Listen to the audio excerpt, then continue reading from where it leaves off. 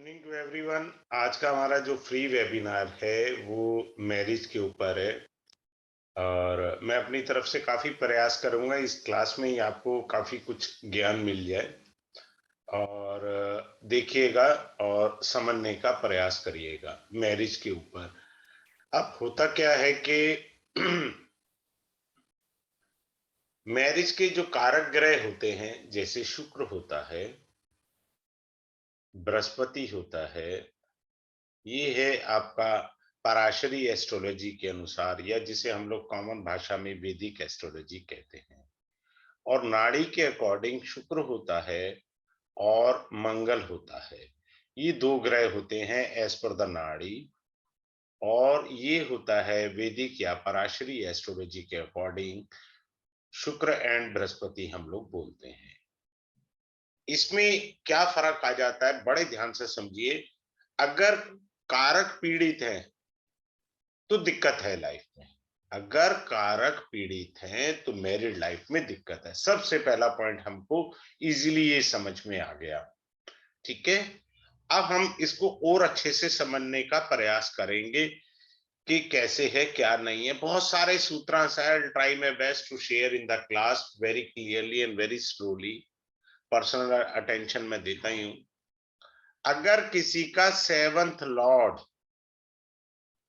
Sitting in the lagna, seventh lord लगन में बैठा है, लगना, इट मीन्स रिश्ता चल के आएगा।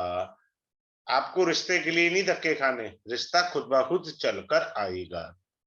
ठीक है, अब एक और अच्छी चीज देखिए, seventh lord sitting in the ninth house और ninth lord Shri Ram, Shri Ram, ninth lord sitting in the seventh house, ninth lord, तो शादी के बाद भाग्य चमकेगा। शादी के बाद, I repeat again for you, if seventh lord sitting in the ninth house और ninth lord sitting in the seventh house, it means आपका भाग्य उदय विवाह उपरांत होता है।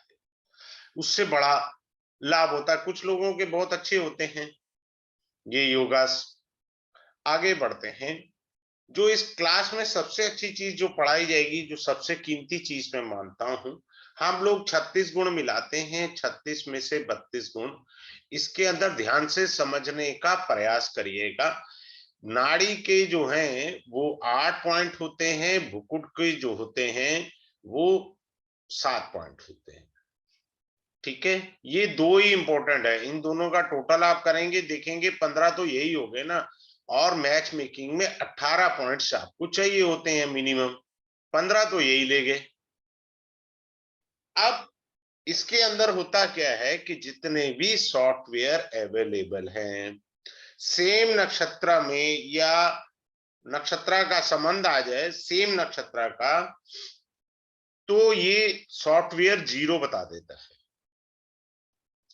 आपको मैनुअल सिस्टम बता दिया जाएगा। हार्डली आपको 5 मिनट लगेंगे।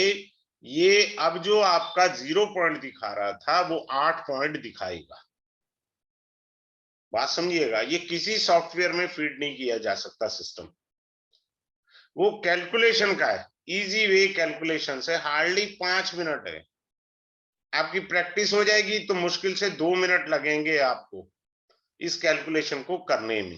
हार्डली 2 मिनट, थोड़ी सी प्रैक्टिस करने के ऊपर। दूसरा पॉइंट आता है भुकुट। भुकुट का अर्थ होता है लेन देन। लेन देन ये सबसे इंपॉर्टेंट पार्ट है मेरे कोर्स का, सबसे इंपॉर्टेंट पार्ट मैच मेकिंग के अंदर, सबसे इंपॉर्टेंट पार्ट बार बार बता रहा हूं मैं। और मैं बड़े प्यार से, बड़े इजी वे में और बड़ा स्लोली कराता हूं, जल्दबाजी बिल्कुल नहीं। और इस पार्ट पे आपको मास्टरी आ गई तो कोई दिक्कत ही नहीं है। जैसे फिर से मैं नाड़ी में समझा रहा हूं, सपोज लड़की जो है वो रोहिणी नक्षत्र में पैदा है और लड़का भी रोहिणी नक्षत्र में है।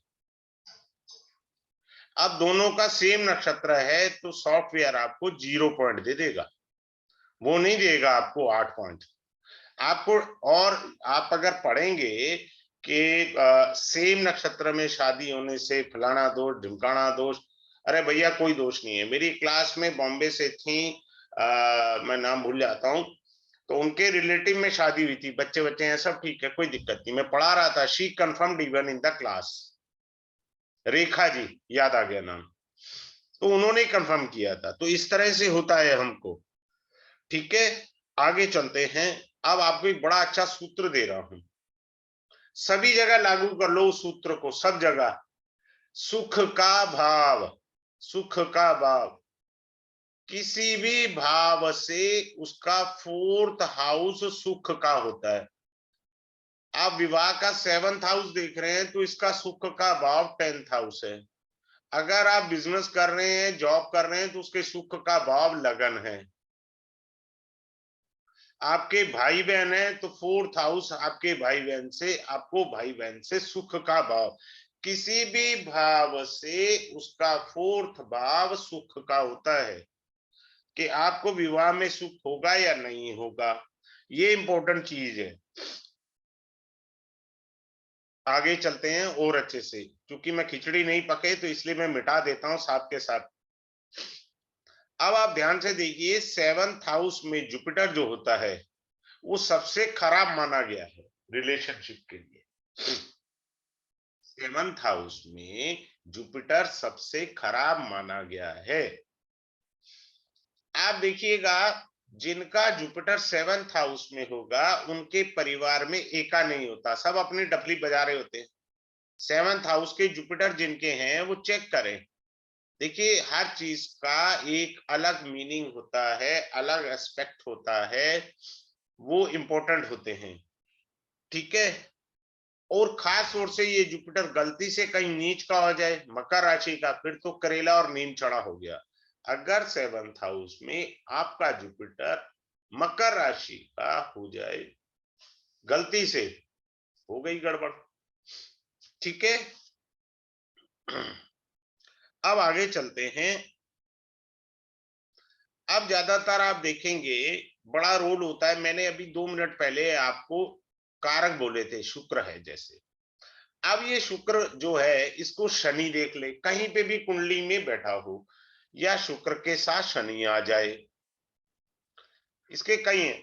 अच्छा, मैं जो क्लास में पढ़ाऊंगा वो पढ़ाने का मेरा जो तरीका रहेगा, उसके अंदर मैं कुछ नाड़ी के भी सूत्रास दे दूंगा तरीके से, जो पता नहीं लग पाएगा आपको नाड़ी एस्ट्रोलॉजी के, क्योंकि कुछ लोगों को नाड़ी नहीं आती, उनको डिफिकल्ट होता है, लेकिन मैं इस तरीके से नाड़ी को पढ़ा देता हूं क्लास में कि पता ही नहीं लग पाता कि नाड़ी का सूत्र था।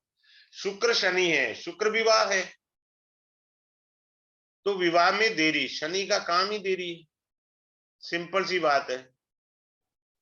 अब देखो एक ही सूत्र है ना, इसी सूत्र को मैं देखो बदलता जा रहा हूं, बड़े ध्यान से आप समझिए कैसे बदलता जा रहा हूं। चाहे लड़की की कुंडली हो या लड़के की कुंडली हो, वर्किंग वुमेन बात करता हूं, शुक्र प्रोफेशन है ना, शुक्र इज द कारका ऑफ कैरियर प्रोफेशन, और नाड़ी में शुक्र इज द पैसा, ये प्रोफेशन है, हमारा कर्मा है, तो कर्म कर रहे हैं तो वैसा आ रहा है। लड़के की कुंडली में शुक्र शनि है तो शादी तो देर से होगी होगी, लेकिन जो वाइफ मिलेगी वो वर्किंग वुमेन मिलेगी, सिंपल सी बात है। लड़की की कुंडली में भी ये कॉम्बिनेशन है, she herself a working women, simple सा है, कोई ज्यादा दिमाग पे लगाना नहीं है, हमने इजी वे में सब कुछ सीखना है।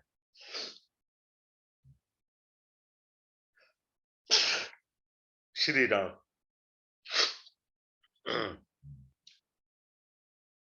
अब आ जाते हैं शादी के लिए। सबसे पहले हम जब चार्ट देखते हैं तो चार्ट देखने से पहले मैरिज का प्रॉमिस है,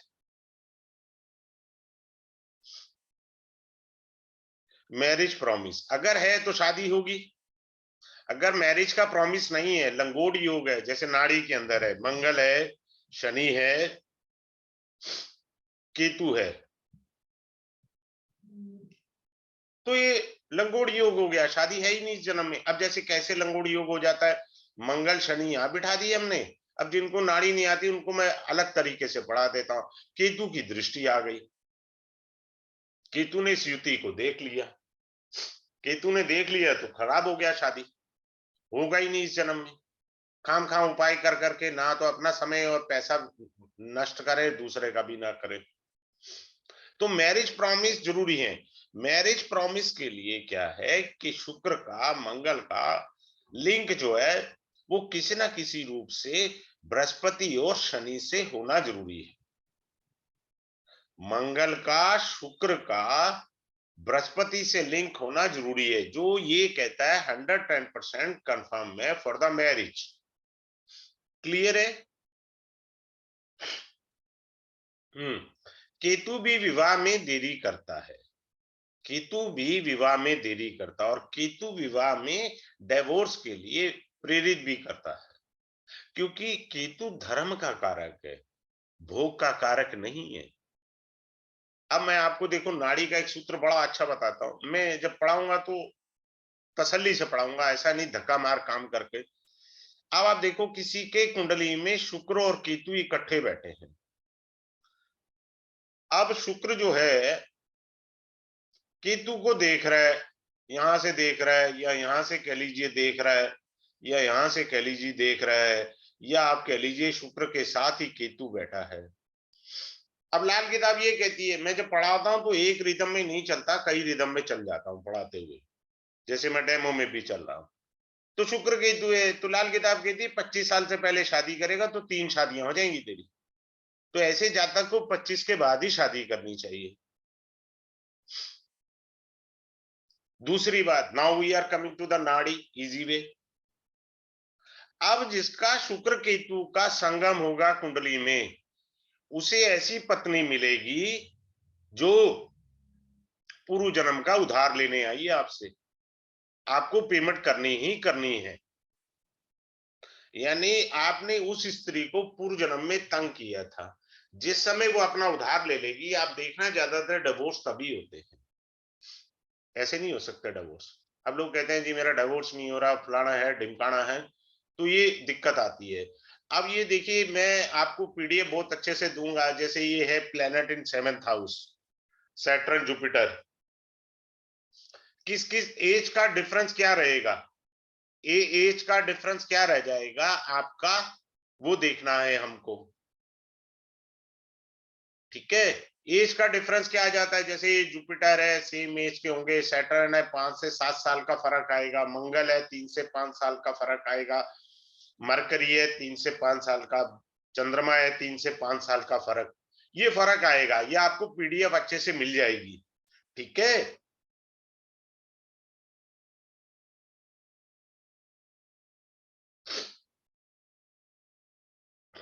हम लोग आगे चलते हैं और आगे बहुत अच्छे से एक्सप्लेन करते चले जाते हैं।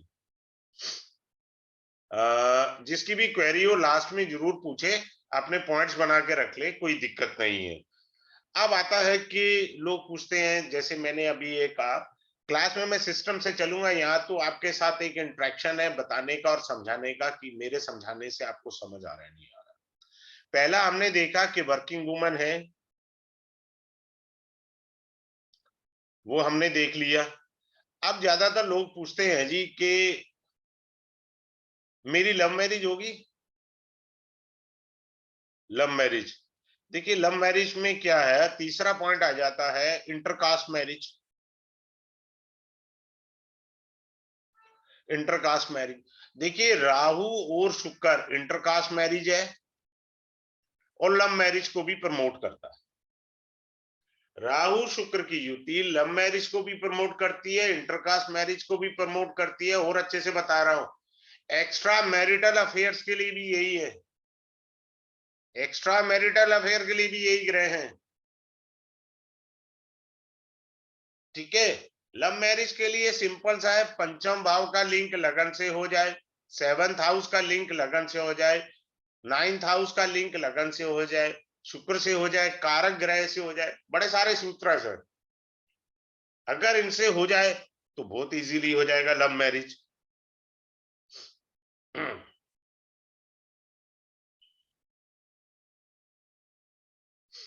या लग्नेश और 7th हाउस में परिवर्तन योगा हो, जैसे मैं बताता हूं, एक सेकेंड। इंदिरा गांधी जी की कुंडली आप देख लीजिए, नेट से उतार करके समझ लीजिए, उनका कर्क लगन था और मकर यहाँ था, चंद्रमा 7th हाउस में था और शनि महाराज उनके लगन में थे। लव मैरिज का योग है, साफ दिख रहा है। चेंज ऑफ हाउसेज है। श्रीमती इंदिरा गांधी जी की कुंडली है, नेट पे देख ले, लव मैरिज हुई थी। तो लव मैरिज के बहुत सारे सूत्रस हैं, एक सूत्रस नहीं है। अब एक और अच्छी चीज बताता हूँ, बहुत सारे माँ बाप ना दुखी होते हैं, वो कहते हैं जी हमारी बेटी की शादी नहीं हो रही। अब क्यों नहीं हो रही, बड़े ध्यान से समझने का प्रयास करिए। जब 7th लॉर्ड जो होता है ना, अगर 8th में बैठ जाए या 8th हाउस में शनि महाराज हो, उसकी डिले मैरिज का पता क्या है, उसको सारे रिश्ते आउट ऑफ स्टेशन आते हैं, आउट ऑफ स्टेशन। अब वो कहती है नहीं मैं तो सेम सिटी में शादी करनी है। For example someone is staying in Bombay, वो कहती है मैं बॉम्बे का ही लड़का चाहिए। अरे भैया तेरा रिश्ता बाहर से आ रहा है, कर लो, जैसे ही हामी भरेगी शादी हो जाएगी। अब वो जिद रह जाती है, वो जिद से उम्र निकल जाती है। फिर मैंने एक और सूत्रा देखा है, 90% वर्क करता है, 10% हो सकता है कि ना भी वर्क करे। ये जरूरी नहीं होते हर सूत्रा 110% वर्क करे। जैसे मंगल और चंद्रमा आपके इकट्ठे हैं कुंडली में, तो ज्यादातर मैंने देखा है इंटर स्टेट मैरिज होती है, इंटर स्टेट मैरिज होती है। अब कोई कहते जी मेरी तो नहीं हुई, मैंने ये फिर से कहा है कि कुछ सूत्रास 10% नहीं लगते, 90% लग जाते हैं, इंटर स्टेट मैरिज होती है। वो एक हम लोग बोलते हैं कि पहली नजर का प्यार, ये वो लोग हैं जिनको पहली नजर का प्यार होता है। मंगल शुक्र, ये पहली नजर का प्यार, मंगल शुक्र। मंगल और शुक्र क्या है, Mars is demand, Venus is supply. पहली नजर का प्यार अगर मैं नाड़ी से एक्सप्लेन कर दूं, अभी मेरा एक नाड़ी का कोर्स अभी पिछले हफ्ते ही खत्म हुआ है, तो मंगल और शुक्र यानी पूर्व जन्म के पति पत्नी, 7 जन्मों का साथ, 7 जन्मों का साथ, पूर्व जन्म के पति पत्नी। मंगल अभी मैंने बताया नाड़ी से पति होता है, शुक्र पत्नी होती है। तो क्या है कि इस पत्नी को पूर्व जन्म का ही पति मिलेगा, इस पति को पूर्व जन्म की ही पत्नी मिलेगी। सिंपल सी बात समझ ले, क्लियर है। अगर कई बार क्या होता है ना, मंगल यहाँ 2nd हाउस में हो या लगन में हो, ठीक है ना, तो लोग ज्यादा परेशान होते हैं। कुछ नहीं है, बस ये देखो कि हस्बैंड के आईब्रो पे कट तो नहीं है, कट है तो कट वाला ही हस्बैंड मिलेगा। कई बार केतु से भी ये चीज आ जाती है कि कट वाला जो है एंगल हो जाता है, आईब्रो पे कट। ये सब नाड़ी के सूत्र हैं, परंतु मैं इजी वे में सिखा दूंगा। फिर आगे चलते हैं कि हमारा 8वां भाव और 12वां घर जो होता है वो हमारी सेक्स लाइफ को रिप्रेजेंट करता है। अगर इनमें पापी ग्रह बैठे हैं, पापी ग्रह कौन से होते हैं, मंगल, राहु, केतु और शनि, ये क्या होते हैं, हमारे पापी ग्रह हैं। जितने ज्यादा पापी ग्रह 12वें घर में और 8वें घर में है, they don't have a bedroom life, husband and wife, ठीक है वो है, but they don't have a life of ना। तो इस तरीके से हम लोग बारीकी से समझेंगे। फिर हम थोड़ा सा समझेंगे, हल्का हल्का हर चीज में बताता जा रहा हूं। अब आप देखिए 7th हाउस में सूर्य राहु आ जाए, ये भाई साहब एक्स्ट्रा मैरिटल दे के रहेगा। या आपका बृहस्पति बुध हो जाए, ये इसने भी देना एक्स्ट्रा मैरिटल, ये देते हैं। अब दूसरा आ जाता है, देखिए रीमैरिज के अंदर क्या होता है, 7th Lord, suppose someone is having dual लग्न, द्विस्वभाव लगन है, 3 4 5 6, 7th लॉर्ड जो है 8 9, एक सेकंड रुकिए गलत लिख दिया मैंने, 3 4 5 6 7 8 9 11 12 1 2। अब ये देखिए मैंने 7th लॉर्ड बृहस्पति यहां बिठा दिया, क्लियर है, द्विस्वभाव राशि में। अब ये द्विस्वभाव राशि में मैंने कारक शुक्र भी बिठा दिया। अब देखिए कारक शुक्र भी द्विस्वभाव में चला गया, बृहस्पति भी द्विस्वभाव में चला गया। तो D1 चार्ट तो काफी हद तक कह रहा है कि रीमैरिजेस हो सकती है। इसको वेरीफाई D9 से करना है। अगर D9 में भी इनका लिंक ड्यूल साइन से हो गया तो गई भैंस पानी में, हो गई 2 शादियां। फिर वो नक्षत्र भी जिम्मेदार होते हैं। कौन से नक्षत्र? आद्रा और पुनर्वसु।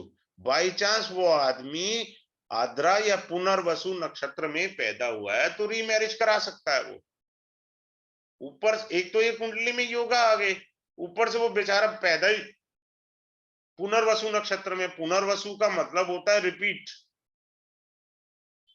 रिपीट है, तो वो रिपीट हो जाएगा लाइफ मैरिज वाला। अब क्या होता है, बड़े सारे सूत्र से, एक सूत्र नहीं है। अब मैं बताता हूं, जैसे ये 7th हाउस है मैरिज का, यहां हमने सूर्य बिठा दिया या हमने केतु बिठा दिया। अब आपका 7th हाउस जो है वो पापकत्री योग में चला गया, कोई ग्रह नहीं बैठा, हमने नहीं कहा कोई ग्रह बैठा है। अरे बाबा 7th हाउस यूर स्पाउस वो पापकत्री योग में चला गया, एफ्लिक्शन में आ गया 7th हाउस। देखिए बिना ग्रह के एफ्लिक्शन में आ गया, सिंपल सा वे देखिए आप।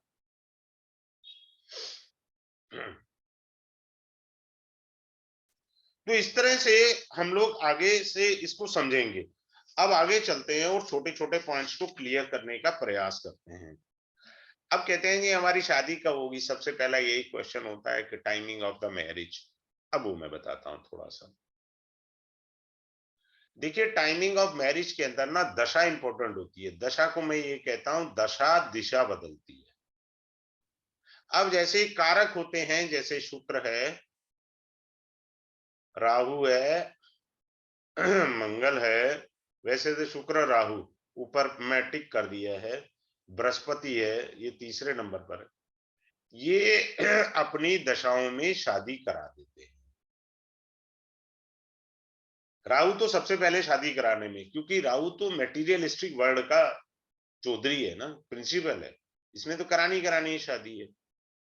कोई भी ग्रह इनके नक्षत्र में, if any planet sitting in the constellation of say Venus, Rahu, Mars and Jupiter, if any planet is being seated in these planet constellation, इनके नक्षत्र में कोई ग्रह बैठा है वो शादी करा देगा। और सबसे अच्छा इजी वे का सूत्र है कि D9 में कौन सा ग्रह सबसे ज्यादा पावरफुल ग्रह 7th हाउस को अफ्लिक्ट कर रहा है, वो पक्का शादी कराता है, नंबर 1। दूसरा हम लोग यहां से देखते हैं, जैसे मान लीजिए किसी का जो है कन्या लगन है, 7, 8, 9, 10, 11, 12, 1, 2, 3, 4, 5, ये कन्या लगन आया। अब ट्रांजिट में जुपिटर जो है, देखिए अभी यही है, यहीं पर है जुपिटर। अब बचा शनि। शनि ये इसने शादी का प्रॉमिस कैसे देते हैं, देखिए किसी का कन्या लगन हो, 7th हाउस में जुपिटर आया हुआ है, जुपिटर है इस समय, और लगन को भी देख रहा है, यानी 2 हाउसेस को उसने प्रभावित किया। बृहस्पति ने 7th हाउस और लगना को, क्लियर, इनको प्रभावित कर दिया। अब इसका 7th लॉर्ड इस चार्ट में बृहस्पति ही बना, बात क्लियर है। अब मान लीजिए बृहस्पति यहां बैठा है और शनि इस समय ट्रांजिट में यहां चल रहे हैं। शनि ने 10th एस्पेक्ट से 7th लॉर्ड को देख लिया, शादी कंफर्म हो गया, 110% कंफर्म है। स्टैम्प पेपर पर लिख के दो, डाउट वाली थ्योरी नहीं है इसमें। अब इंपॉर्टेंट होता है दशा। गोचर तो सभी के आएंगे, 70 साल के आदमी का भी गोचर लग जाएगा। अब होता क्या है कि अगर आपकी दशा ही नहीं है तो शादी कहां से हो जाएगी? गोचर तो आ चुका है, फेवरेबल है, लेकिन अगर आपका दशा अनुकूल नहीं है, मान लो बंदे की दशा राहु की चल रही है, राहु दशा है, 110% स्टैम्प पेपर पर लिख कर दो, शादी होके रहेगी, क्योंकि दशा अनुकूल है। अब मान लीजिए शुक्र की दशा मिली हुई है, शादी अनुकूल है, हो जाएगी शादी। बृहस्पति की दशा मिली है, हो जाएगी शादी, कोई दिक्कत नहीं है। दशा अनुकूल मिलनी चाहिए। मान लो इस जातक को मंगल की दशा मिली, लेकिन मंगल जो है वो क्या नाम है, पुनर्वसु नक्षत्र में बैठा है, दैट इज ए जुपिटर नक्षत्र।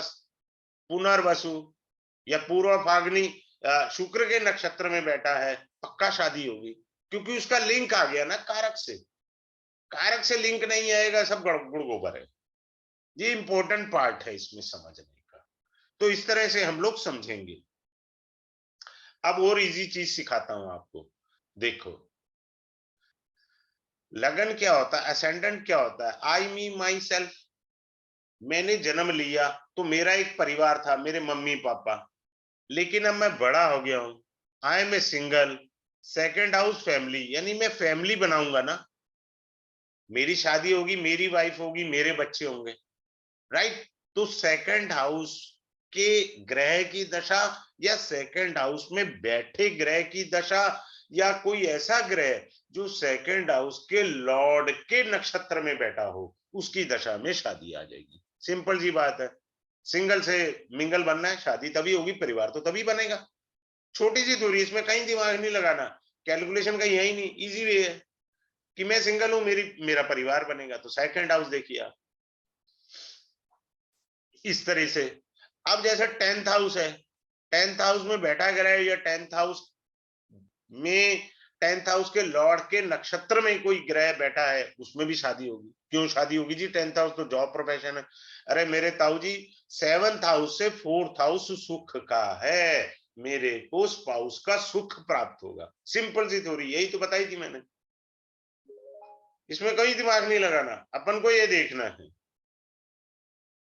आगे बढ़ते हैं और अब आपको एक अच्छी सी चीजें बताता हूं। सपोज किसी का ना राहु सेकंड हाउस में बैठा है, उससे पूछ के देखना, तेरी जो शादी हुई है जरूर कुछ गड़बड़ घोटाला रहा है, कुछ धोखा रहा है। ये धोखा जैसे लड़का जी 50,000 कमाता है, शादी के बाद पता लगा मुश्किल से सैलरी 35,000 है, या लड़की के बारे में बोल दिया लड़की गऊ है, शादी हुई तो पता लगा लड़की तो शेरनी है।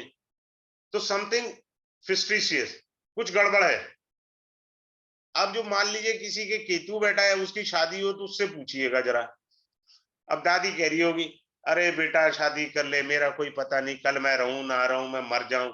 अरे भैया 10 बंदों ने उस पर डंडा मार दिया, वो बेचारा कोई दिमाग नहीं लगाया, कोई मैच मेकिंग नहीं, कुछ नहीं, हो गई शादी।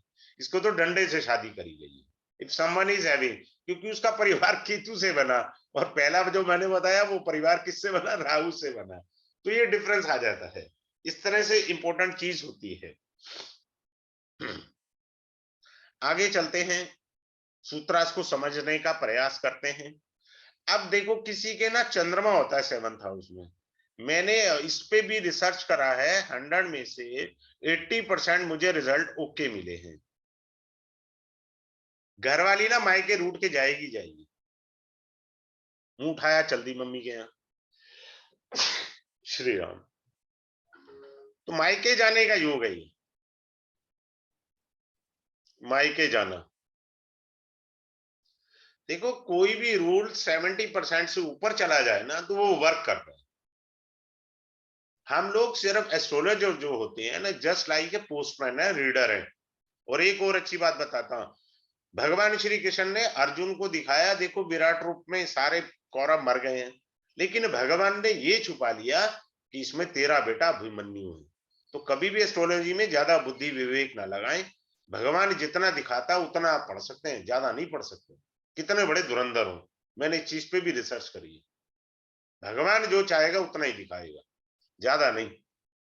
तो इस तरह से ये रूट करके जाना, ठीक है। आगे चलते हैं। जब भी आप देखिए 7th लॉर्ड कोई भी हो सकता है, 7th लॉर्ड की युति जब भी राहु और शनि से हो, आंख बंद करके बोल दो इंटरकास्ट मैरिज।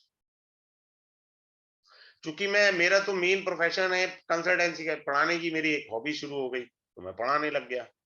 अब मैंने एक चीज नोट करी है, जिनका राहु और शुक्र हो या शुक्र और शनि हो,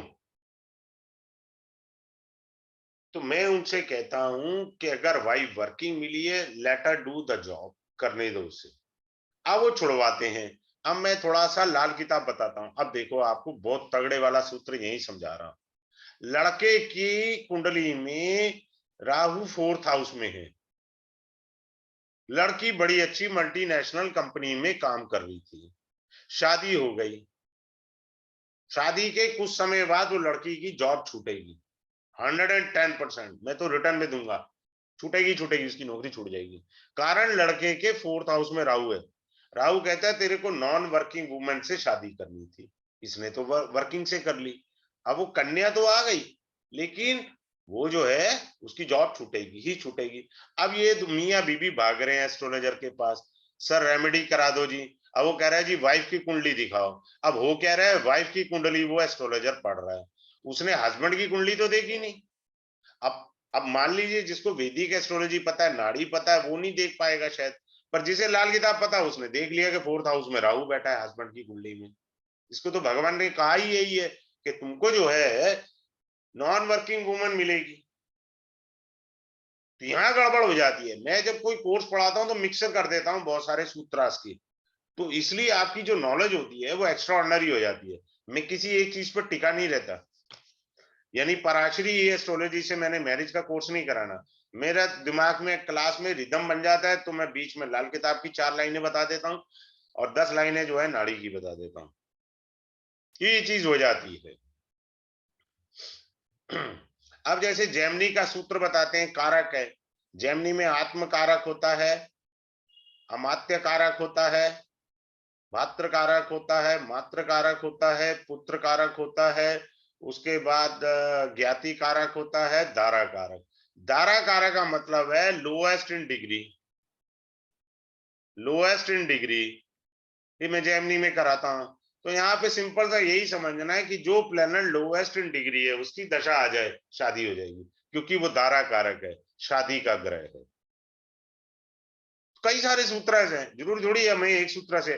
फिर हमको क्रॉस एग्जामिन जरूर करना चाहिए। हम लोग अगर क्रॉस एग्जामिन नहीं करेंगे ना तो गलती कर जाएंगे, ये सबसे इंपॉर्टेंट पॉइंट है।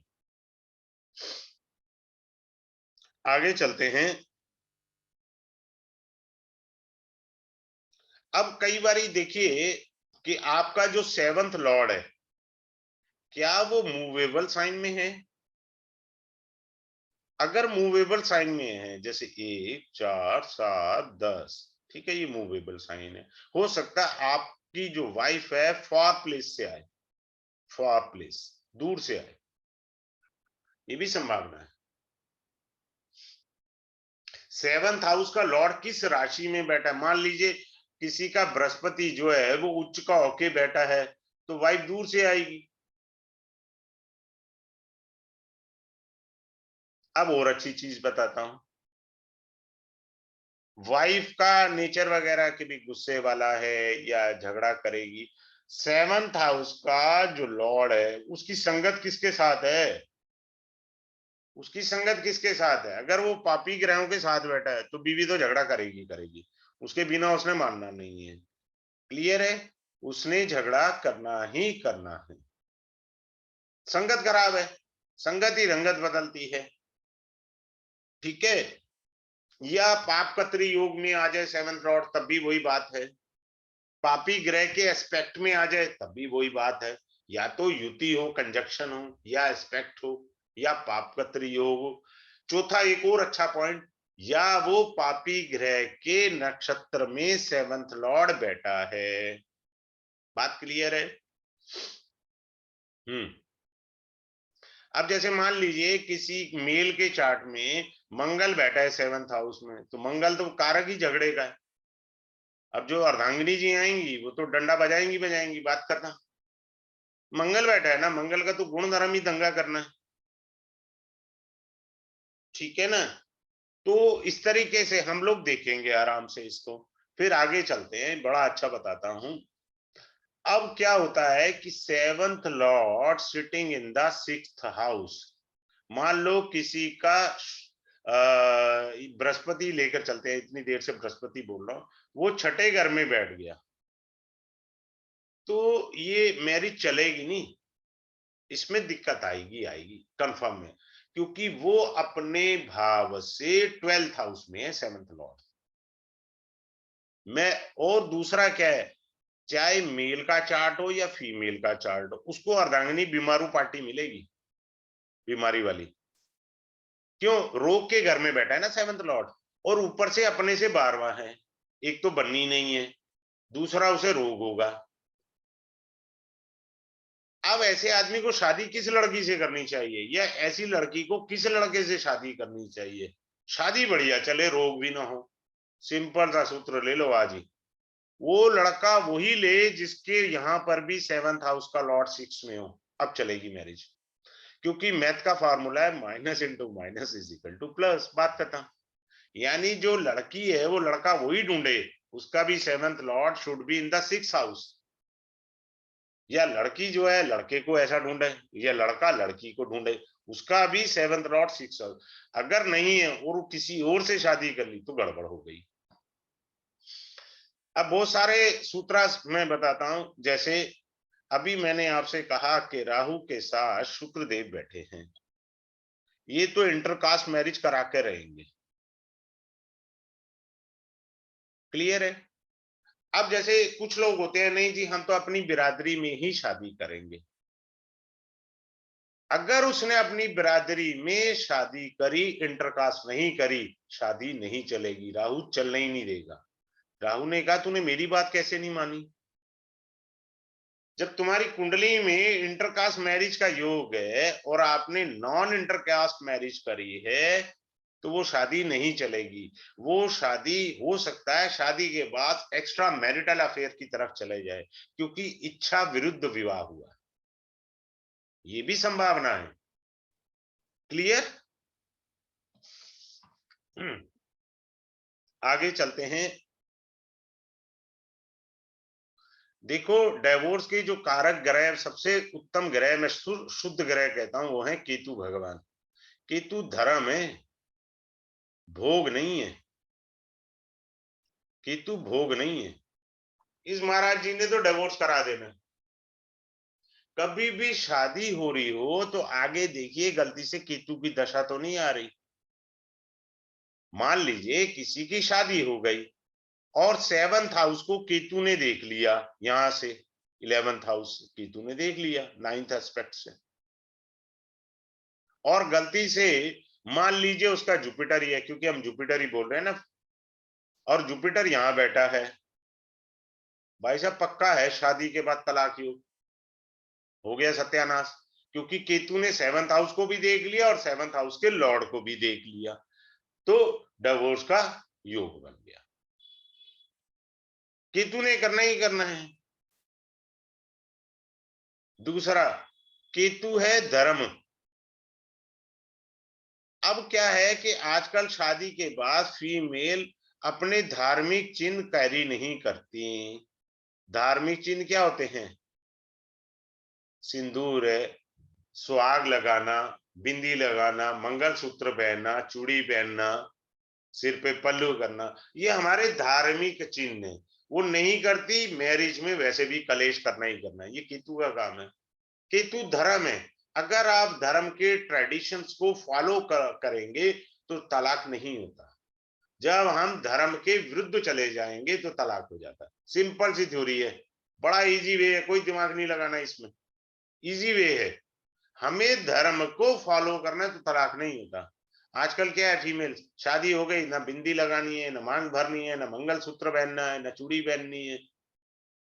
नहीं, सुहाग का कोई पॉइंट दिखता ही नहीं है। वो बैचलर ही दिखती हैं शादी के बाद भी, 6 महीने तक ढोती हैं वो सामान को, उसके बाद फेंक देती हैं उठा के। फिर कहते हैं जी हमारे हस्बैंड से ये हो गया, मेरा ये हो गया।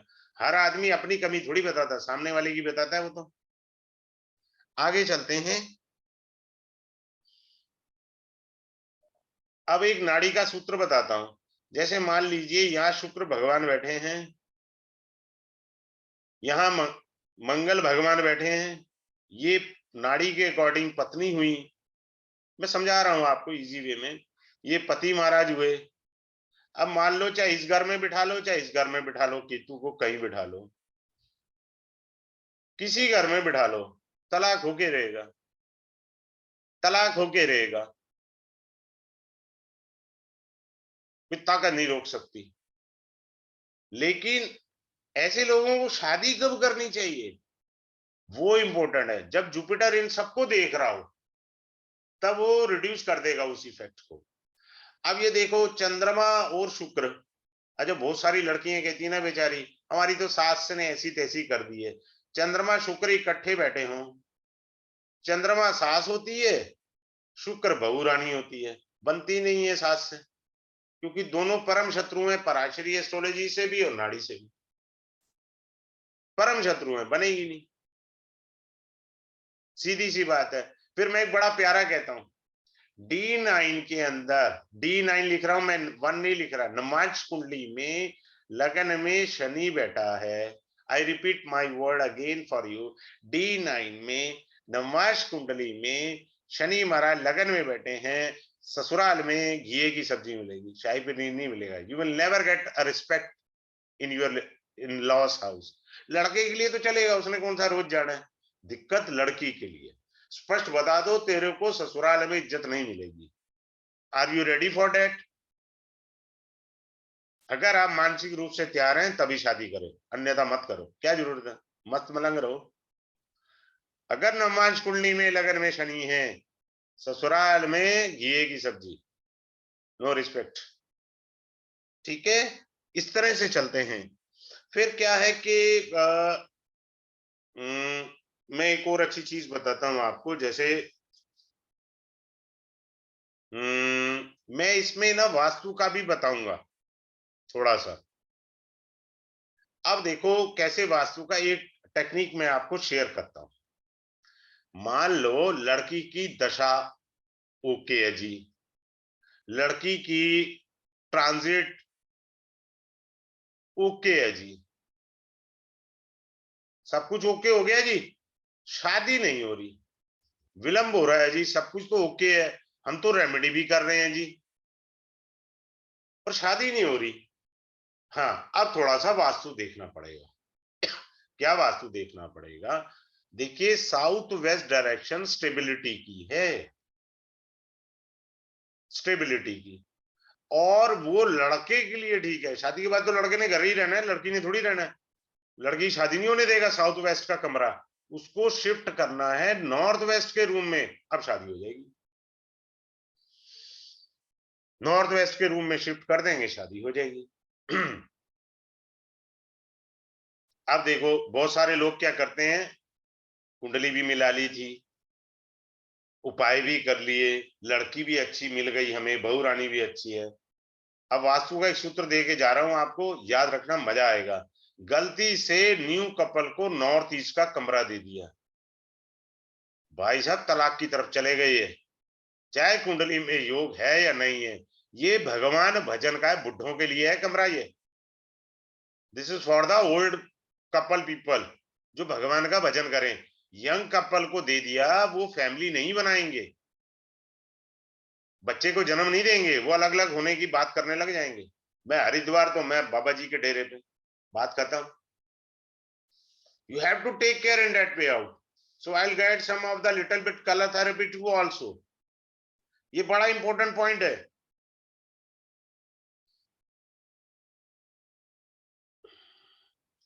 आगे चलते हैं और अच्छा सा बताते हैं। अब जैसे होता है, परंतु मेरे को नहीं है कि मैं यहाँ पे गाइड कर सकता हूँ, बट क्लास का विषय नहीं है, मैं पहले बता रहा हूँ। कोई ये ना मेरे से कहे कि जी क्लास में ये भी पढ़ा दो, पॉसिबल नहीं है। न्यूमरोलॉजी के अंदर अगर आपका लोशो ग्रिड के अंदर, लोशो ग्रिड में भाई साहब 6 नंबर नहीं है, शादी में दे रही है, बात खत्म। मैं कुंडली कभी किसी की भी चेक करता हूँ, ऐसे नहीं चेक करता। लोशो ग्रिड में 6 नंबर नहीं है, डिले ऑफ मैरिज। 7 नंबर भी नहीं है, भैया बंटा आधार दे रहा।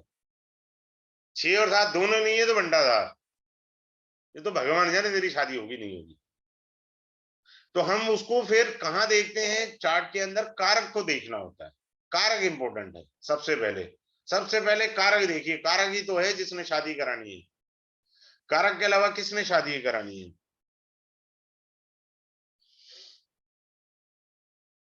आगे चलते हैं।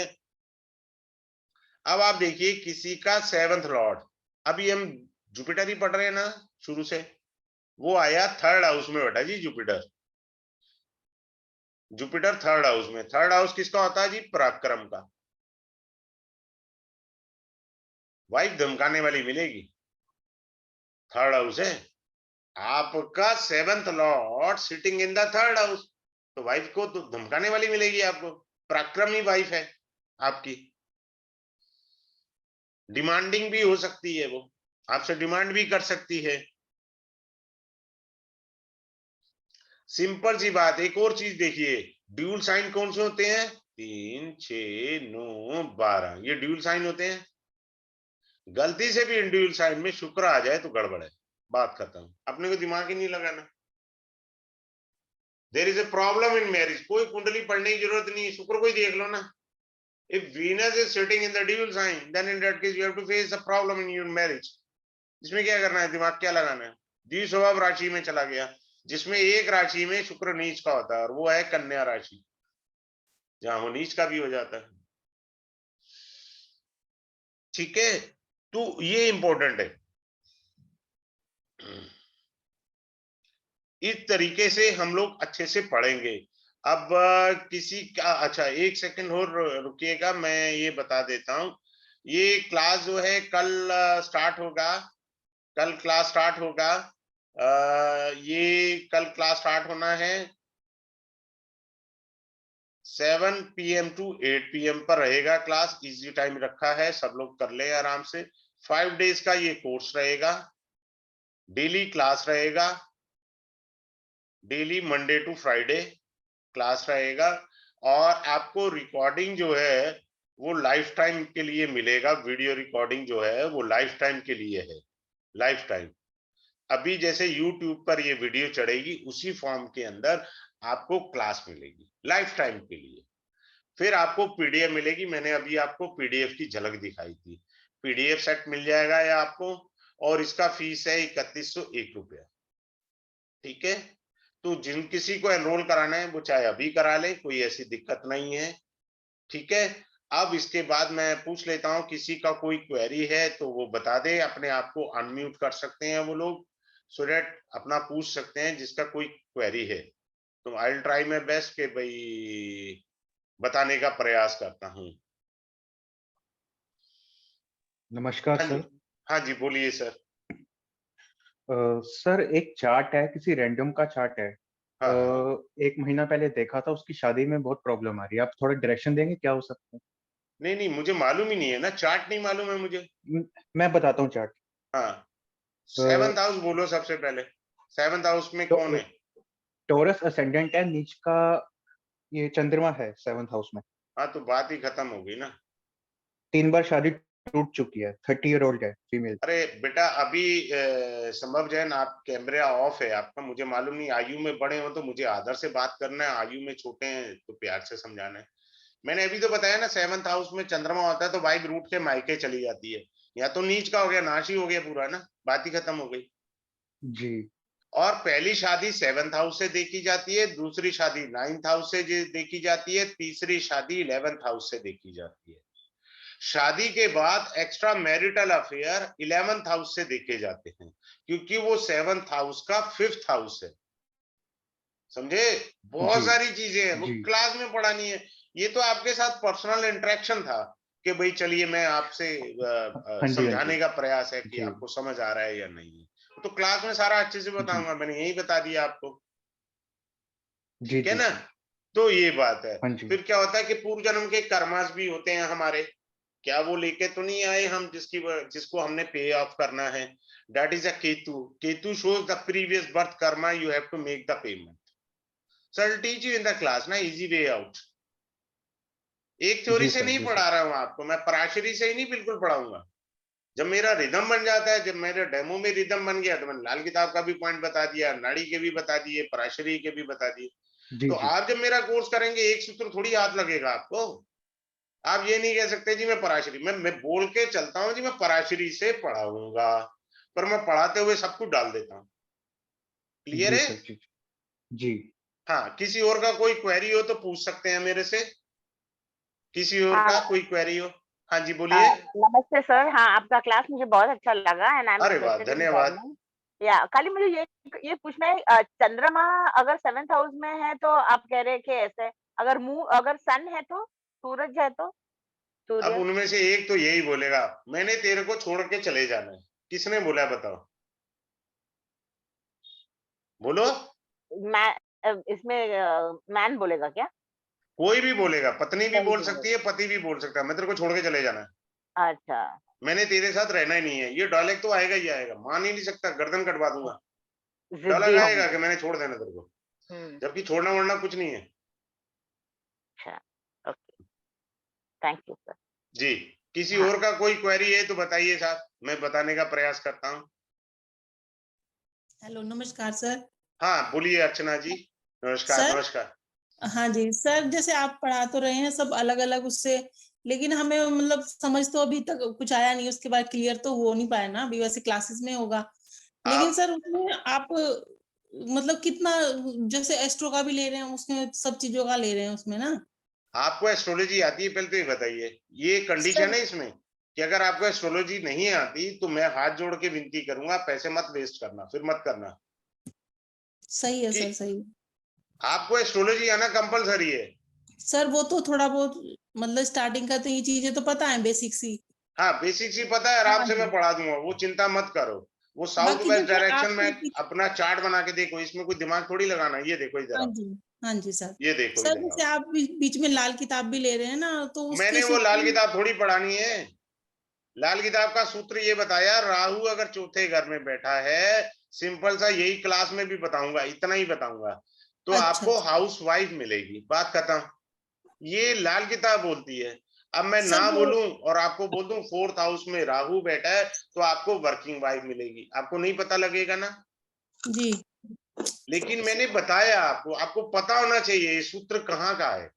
मैं थोड़ा ये कोशिश करता हूँ ताकि आप प्राउडली महसूस करो और हाँ चार जी। लोगों को बता सकें कि साहब मेरे को ये सूत्र भी पता है, समझे। हम्म, आपका कॉन्फिडेंस लेवल 4 गुना ज्यादा बढ़ा दिया। अब ये डायरेक्शन है, देखो डायरेक्शन हमेशा 4 होती है, east, west, north, south, 4 direction होती है, ठीक है। जी। अब इसको बीच की डायरेक्शन को बोलते हैं साउथ ईस्ट। इन दोनों को मिला दीजिए, बीच का डायरेक्शन होता है नॉर्थ ईस्ट। इन दोनों को मिला दीजिए, इनका डायरेक्शन होता है नॉर्थ वेस्ट। इन दोनों को मिला दीजिए, इनका डायरेक्शन होता है साउथ वेस्ट। अब समझ आ गया, छोटा सा पॉइंट है। जी। तो वो चीज है, मैं तो अपनी तरफ से बहुत ज्यादा एक्स्ट्रा देने का प्रयास कर रहा हूं, तो इस तरह से वो होता है, ठीक है। किसी और हेलो। की कोई query, otherwise I am going to wind up the class. हाँ जी सर, नमस्कार। नमस्कार, नमस्कार, हाँ बोलिए। जी सर, जैसे अभी आपने बताया ये ड्यूअल साइन में शुक्र हो हाँ हाँ। तो वो प्रॉब्लम देता है हम्म। शादी में, लेकिन मेरी शादी तो ठीक चल रही है, मेरा शुक्र नीच का भी है, लगन में है, लेकिन बृहस्पति की दृष्टि है उसमें। आगे है ना सर, यही तो इतनी देर से मैं बोल रहा था, आपने वही बात घुमा के बोली सर। अच्छा। बृहस्पति जो होता है ब्लेसिंग होता है, बृहस्पति का अर्थ होता है मर्यादा में रहना। बात ठीक है। क्लियर है सर। हम्म, ये है, ठीक शुक्र ठीक। है, बृहस्पति नहीं देख रहा तो गड़बड़ है। मैंने यही केतु अच्छा। का भी बताया था, अगर बृहस्पति देख ले तो इजी है, अगर केतु मैरिज को डिस्ट्रैक्ट करता है, केतु ने देख लिया तो वो मैरिज को सेव करा। ठीक समझ है। रहे हैं सर। ठीक सर, ठीक है, थैंक यू। चलिए, ठीक बाकी है। आपके पढ़ाने का अंदाज बहुत बढ़िया सर, बहुत अरे वाह, क्लियर हो धन्यवाद गया, सर, वेरी आप गुड। ज्वाइन करिए, आपको काफी सारे सूत्रास पता लगेंगे, एक नहीं ठीक सूत्रास पता लगेगा। बहुत ठीक ज्यादा है। सूत्रास देने का प्रयास करता हूं सर मैं। ठीक है सर, ठीक है। Thank you, have a good day, good okay. Night to all of you. Okay.